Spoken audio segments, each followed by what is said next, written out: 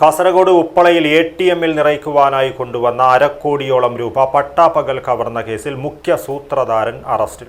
Tamil Nadu Dindigul main road Ramji നഗറിലെ അറുമുഖൻ എന്ന കിട്ടുവിനെയാണ് Manjeshwaram police arrest ചെയ്തത്. ഛത്തീസ്ഗഡിലെ ഒളിവ് കേന്ദ്രത്തിൽ നിന്നും ഇയാളെ അതിസാഹസികമായാണ് പോലീസ് പിടികൂടിയത്.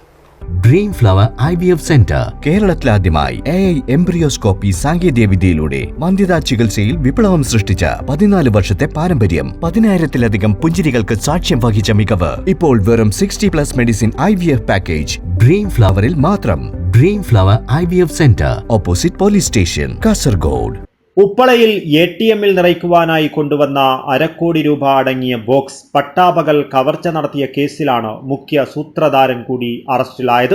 തമിഴ്നാട് ഡിണ്ടിഗൽ മെയിൻ റോഡ് രാംജി നഗറിലെ അറുമുഖൻ എന്ന കിട്ടുവിനെയാണ് മഞ്ചേശ്വരം പോലീസ് ഛത്തീസ്ഗഡിലെ ഒളിവ് കേന്ദ്രത്തിൽ വെച്ച് അറസ്റ്റ് ചെയ്തത്. മഞ്ചേശ്വരം SI ദിനേശ് രാജൻ, പോലീസുകാരായ ദിനേശ്, ചന്ദ്രകാന്ത, സന്ദീപ് എന്നിവരടങ്ങിയ സംഘമാണ് അറുമുഖനെ പിടികൂടിയത്. 2024 മാർച്ച് 27 ഉച്ചയ്ക്ക് 2 മണിയോടെയാണ് ഉപ്പള ടൗണിൽ കാസർഗോഡിനെ തന്നെ നടുക്കിയ ഈ വൻ കവർച്ച നടന്നത്. ആക്സിസ് ബാങ്കിന്റെ ATMൽ നിറയ്ക്കുവാൻ പണം കൊണ്ടുവന്ന സ്വകാര്യ കമ്പനിയുടെ വാനിന്റെ ഗ്ലാസ് പൊട്ടിച്ച് അരക്കോടി രൂപയടങ്ങിയ ബോക്സ് എടുത്തുകൊണ്ടുപോവുകയായിരുന്നു. ഉദ്യോഗസ്ഥനും ഡ്രൈവറും ATMൽ പണം നിറയ്ക്കുവാൻ കയറിയപ്പോഴായിരുന്നു സംഭവം. വാൻ ATMന്റെ മുന്നിൽ നിർത്തിയിട്ട ശേഷം കൗണ്ടറിൽ കയറി ATM ബോക്സ് ക്രമപ്പെടുത്തുന്നതിനിടയിലാണ് കവർച്ച നടന്നത്.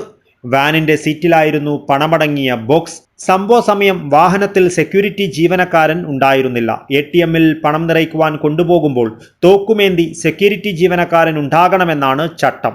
എന്നാൽ അന്ന് സെക്യൂരിറ്റി ജീവനക്കാരനില്ലാതിരുന്നത് ഗുരുതരമായ സുരക്ഷാ വീഴ്ചയായി ചൂണ്ടിക്കാണിക്കപ്പെട്ടിരുന്നു.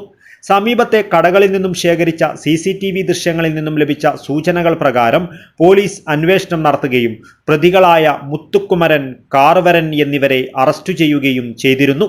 കേസിലെ സൂത്രധാരനായ അറുമുഖൻ സംഭവത്തിനു ശേഷം ഒളിവിൽ കഴിഞ്ഞു വരികയായിരുന്നു.